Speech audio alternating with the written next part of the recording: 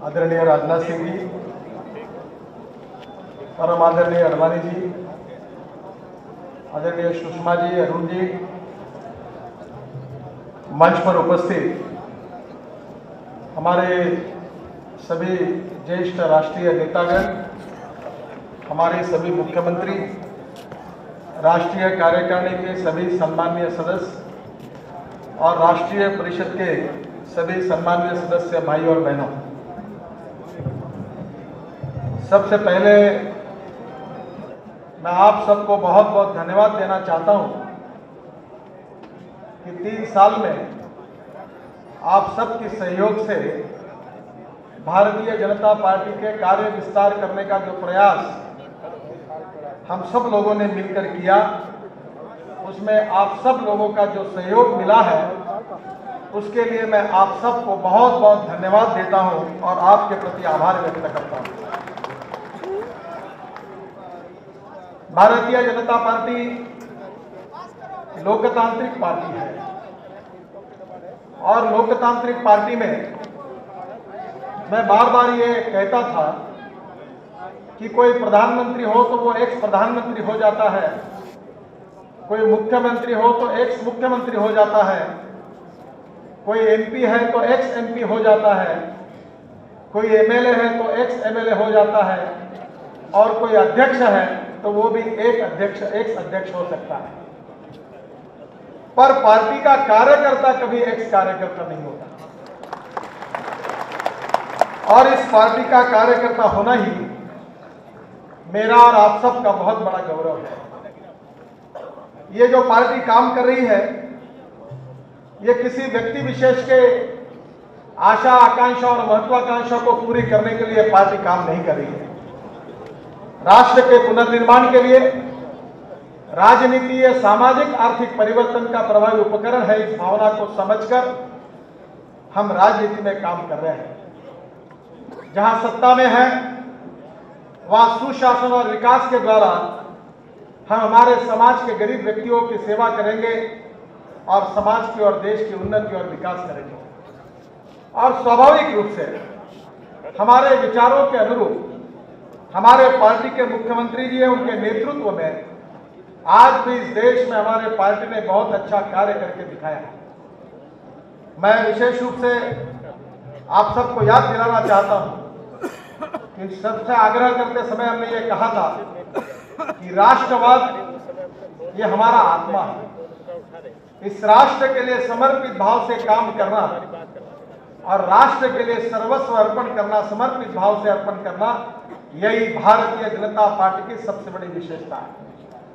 उस राष्ट्रवाद के विचारों को प्रेरणा के रूप में स्वीकार करके good governance, good economic governance with development, सुशासन और विकास, और तीसरी महत्वपूर्ण बात थी जो पंडित दीनदयाल उपाध्याय जी के आर्थिक चिंतन में हमको मिली, वो अंत्योदय की थी। जो समाज का आखिरी व्यक्ति है, शोषित है, पीड़ित है, दलित है, जो सामाजिक शैक्षणिक आर्थिक दृष्टि से पिछड़ा हुआ है, उस आखिरी व्यक्ति को हम परमेश्वर माने, भगवान माने और उसकी हम निरंतर सेवा करते रहे। और जिस दिन उस व्यक्ति को रोटी, कपड़ा और मकान मिलेगा, उसी दिन हमारा कार्य पूरा होगा, ऐसा हम समझते रहे। मेरा विश्वास है कि इन सब बातों को सामने रखकर 3 साल में लगातार हमने अनेक कार्यक्रमों का आयोजन किया है। विशेष रूप से नेशन फर्स्ट बाद में पार्टी और उसके बाद में मैं, यही आदर्श का विचार हमने आप सबके अपने सामने रखा था। आज भी वो विचार हम सबके सामने है। बहनों और भाइयों, आज देश की हालत बहुत ही खस्ता बनी हुई है। हमारा ग्रोथ रेट है, जीडीपी है, बहुत कम आया हुआ है। जो 1% हम 12% की उम्मीद कर रहे थे, वो 4.25 और 4.5% तक आ चुका है। फॉरेन डायरेक्ट इन्वेस्टमेंट आना बंद हुआ है। अटल जी के समय जो फॉरेन एक्सचेंज रिजर्व था वो सरप्लस था। आज तो हर महीने में कम से कम 22 से 24 बिलियन डॉलर की कमी आ रही है एक्सपोर्ट इंपोर्ट में। और हमारा फॉरेन रिजर्व अगर 1 साल में अगर वाइप आउट हो जाएगा तो आश्चर्य नहीं होगा, ये सरकार दिवाला पिटने की स्थिति में आई है। हमारे किसान आत्महत्या कर रहे हैं, बेरोजगारों की संख्या बढ़ रही है, उद्योग बंद पड़ रहे हैं और ऐसे स्थिति में पूरा देश महंगाई से ग्रस्त है। भ्रष्टाचार चरम सीमा पर पहुंचा है और ऐसे स्थिति में पूरा देश एक उम्मीद और एक अपेक्षा के साथ परिवर्तन होगा, भारतीय जनता पार्टी के नेतृत्व में एनडीए का शासन आएगा, अंधेरा छटेगा और कमल खिलेगा, इसी भाव से हमारे तरफ देख रहा है। मुझे इस बात की खुशी हुई कि जिस प्रकार का देश हमको निर्माण करना है, उसी प्रकार के नेता और कार्यकर्ताओं को भी हमको निर्माण करना होगा। इस 3 साल के कार्यकाल में 40,000 कार्यकर्ताओं का प्रशिक्षण का कार्यक्रम पार्टी ने यशस्वी रूप से पूरा किया है और इन कार्यकर्ताओं को तैयार करते समय मन में यह धारणा रखी है कि इन्हीं में से एमएलए बनेंगे, एमपी बनेंगे, मंत्री बनेंगे, मुख्यमंत्री बनेंगे, तो किस प्रकार से समाज के और देश के लिए अच्छा कार्य कर सकते, ऐसा अच्छा प्रशिक्षण का कार्यक्रम बहुत यशस्वी रूप से किया है। भारतीय जनता पार्टी राष्ट्र के प्रति समर्पित है और इसलिए करीब 68 विषयों पर एक विजन डॉक्यूमेंट तैयार करने का काम पार्टी में हाथ में लिया गया। काफी अच्छा चिंतन हुआ है, काफी काम हुआ है। डॉक्यूमेंट तो पूरा नहीं बन पाया, पर राजनाथ जी के मार्गदर्शन में मेरा विश्वास है कि हमारे देश के लिए 2025 और उसके आगे भी 25 सालों के लिए ये देश और ये समाज हमको किस दिशा से ले जाना है, उसकी नीति निर्धारण हम इस विजन डॉक्यूमेंट के द्वारा निश्चित रूप से बना पाएंगे। जहां तक हमारी आस्था है, हमारी सांस्कृतिक विरासत के प्रति गंगा है और बहुत हमारे देश की जनता की अपेक्षा है कि ये गंगा अविरल बने, निर्मल बने। इसके लिए भी हमने तैयार करके विज्ञान और तंत्र विज्ञान का आधार लेकर किस प्रकार से इस गंगा को हम निर्मल और अविरल बना सकते, इसकी भी योजना तैयार की। हमारे वाटर सेल ने रिवर कनेक्टिविटी के कार्यक्रम पर अध्ययन किया। इतना ही नहीं तो अभी जो प्रदेशों में पानी की किल्लत है, राजस्थान जैसे प्रदेशों में विशेष अध्ययन करके उसकी नीति भी बनाई। हमारे देश में पानी ये हमारे सक्सेस की सबसे बड़ी गुरु किल्ली है। जब तक पानी नहीं होगा तब तक देश का विकास नहीं हो सकता और इसलिए पानी के क्षेत्र में भी रिवर कनेक्टिविटी से लेकर चेक डैम बनाकर या और अलग अलग प्रकार के वाटर कंजर्वेशन के प्रोग्राम के द्वारा हमारी सरकार कैसे इफेक्टिव काम कर सकती है, इसकी भी योजना हमने गुड गवर्नेंस सेल की ओर से की थी। मुझे विश्वास है कि मुंबई में 8 महीने पहले देश के आईटी कंपनियों के प्रमुखों से मिलने का मौका आईटी सेल के द्वारा मुझे मिला। उसमें करीब 1.5 लाख करोड़ का टर्नओवर जिन कंपनियों का है, उन कंपनियों के साथ चर्चा करने का मौका मुझे मिला और हमारा आईटी सेल ने good governance with e governance इस कंसेप्ट के आधार पर 400 प्रतिनिधियों का सम्मेलन मुंबई में किया था और बेंगलुरु महानगर पालिका हमारे देश की पहली महानगर पालिका है कि जिन्होंने ई गवर्नेंस के आधार पर 68 मॉड्यूल्स तैयार किए हैं और भारतीय जनता पार्टी की जहां नगर पालिका में शासन है, महानगर पालिका में शासन है, जहां राज्य शासन में हम सत्ता में है और जहां ग्राम पंचायत, जिला पंचायत और पंचायत समिति में है, वहां ई गवर्नेंस का उपयोग करके इफेक्टिव गुड गवर्नेंस हम कैसा दे सकते हैं, इसकी विस्तृत रूप से योजना तैयार हुई।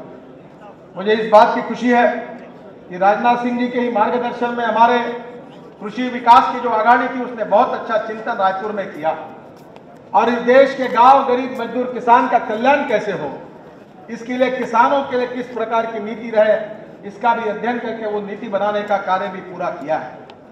हमारे देश के हैंडलूम, हैंडीक्राफ्ट, फिशरीज, इसमें काम करने वाले जो अलग घटक है, उनकी बड़ी बड़ी कॉन्फ्रेंसेस हुई। फिशरमैन के बारे में एक नीति तैयार हुई। उस नीति को सुषमा जी को तरफ सौंपा गया ताकि पार्लियामेंट में और पार्लियामेंट के बाहर हम किस प्रकार से काम करें। हैंडलूम वेवर्स के लिए भी बड़ा सम्मेलन हुआ। लगातार समाज के जो शोषित पीड़ित दलित लोग हैं, जो सोशली, इकोनॉमिकली, एजुकेशनली बैकवर्ड है, उनके लिए पार्टी कैसे प्रभावी रूप से काम कर सकती है, ये प्रयास उसमें किया गया। संगठन का एक सूत्र है कि हर कार्यकर्ता को काम और हर काम को कार्यकर्ता और हर कार्य काम को उचित कार्यकर्ता, और इसलिए पार्टी में एक सेल बनाए गए। इसी तालकटोरा स्टेडियम में वकीलों की कॉन्फ्रेंस हुई। इसी प्रकार से 4,500-5 हजार वकील इकट्ठा हुए थे। तब हमने उनसे अनुरोध किया था कि इस देश के हित में जुडिशियल रिफॉर्म में हम क्या कर सकते हैं, इसकी नीति आप बनाइए।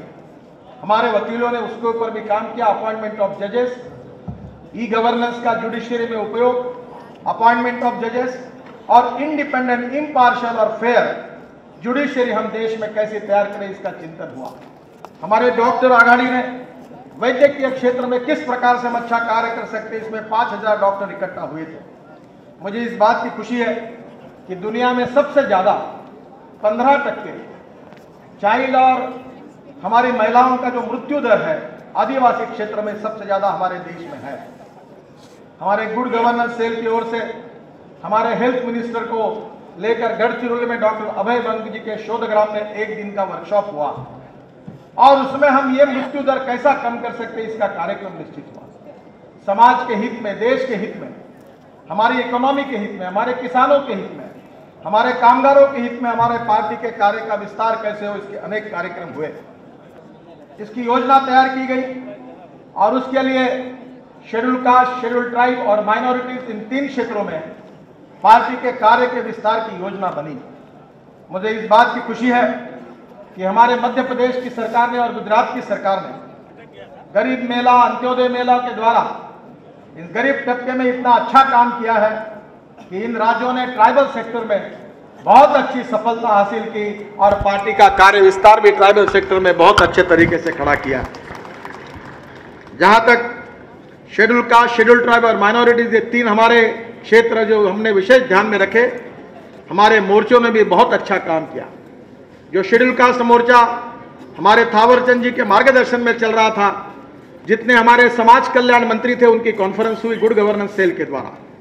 किस प्रकार से हम अच्छा कार्य कर सकते हैं दलित समाज के लिए, उसकी योजनाएं बनी, अभ्यास वर्ग हुए और योजना बनाकर उसको इंप्लीमेंट करने की कोशिश गौतम जी की अध्यक्षता में हमारे इस सेल ने भी बहुत अच्छा कार्य किया। मुझे इस बात की खुशी है कि हमारी पार्टी ये गरीब किसान इसका ज़्यादा विचार नहीं करती, ऐसा परसेप्शन लोगों के मन में है और इसलिए हमारे असंगठित क्षेत्र में 42 करोड़ असंगठित क्षेत्र में कामगार काम करते हैं।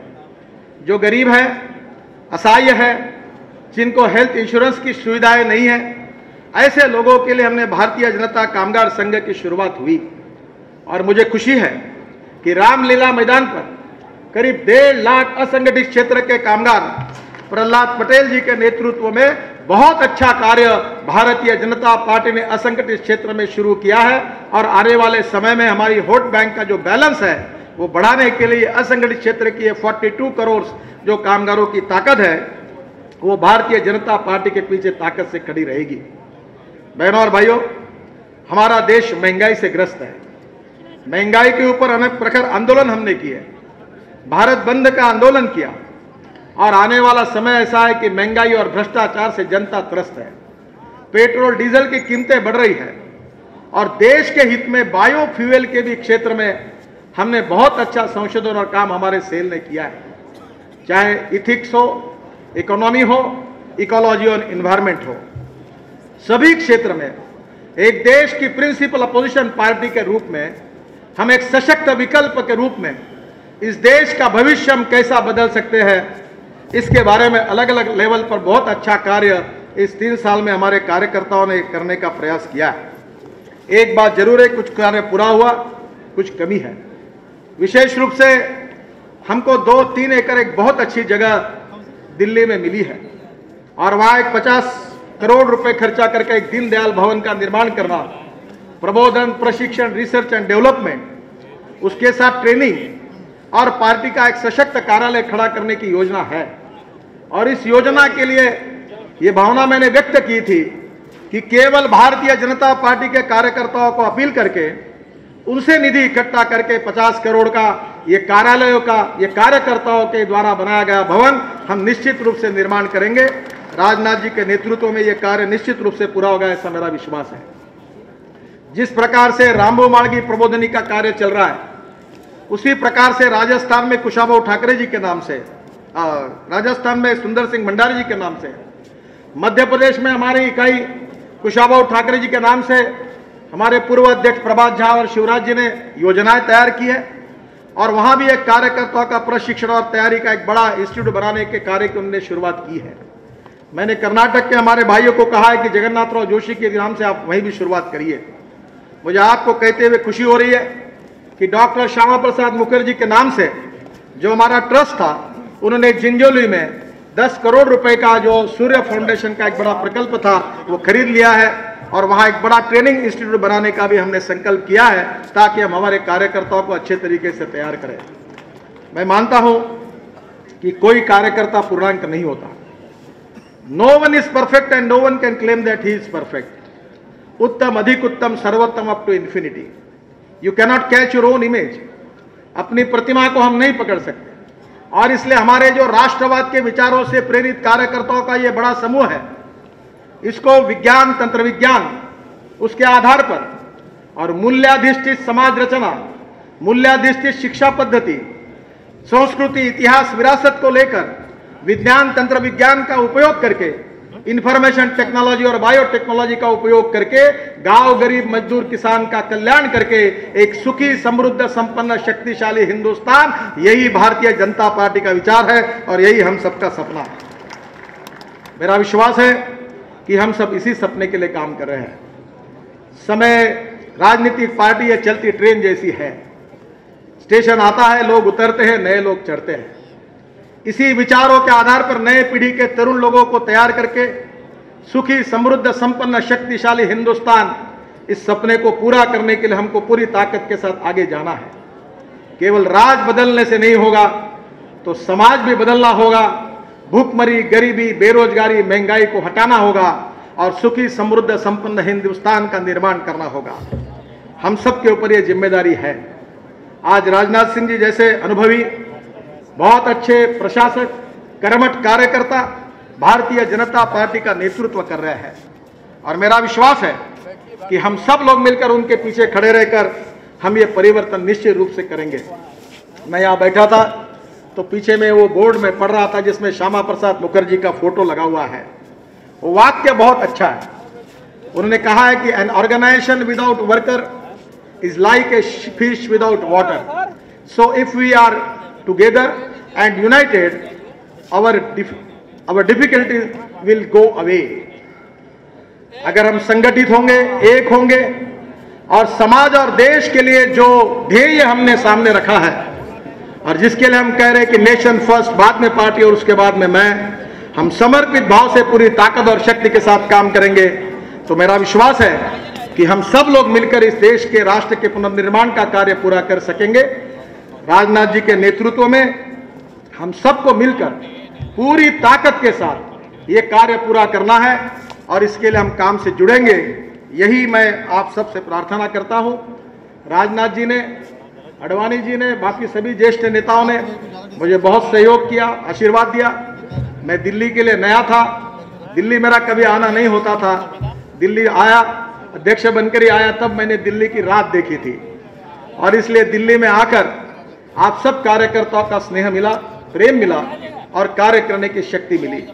मेरा विश्वास है इसी शक्ति को लेकर हम सब लोग मिलकर आगे जाएंगे। निश्चित रूप से आने वाले लोकसभा के चुनाव में परिवर्तन होगा। जो आज देश के भूखमरी, महंगाई, भ्रष्टाचार से जनता त्रस्त है, वो अंधेरा छटेगा, कमल खिलेगा और भारतीय जनता पार्टी का झंडा फहरेगा। यही संकल्प करके हम सब लोग यहां से जाएंगे। यही विश्वास व्यक्त करते हुए आप सबके प्रति, आपने जो सहयोग किया उसके प्रति आभार व्यक्त करते हुए मैं अपना भाषण समाप्त करता हूं। धन्यवाद। जय हिंद, नमस्कार।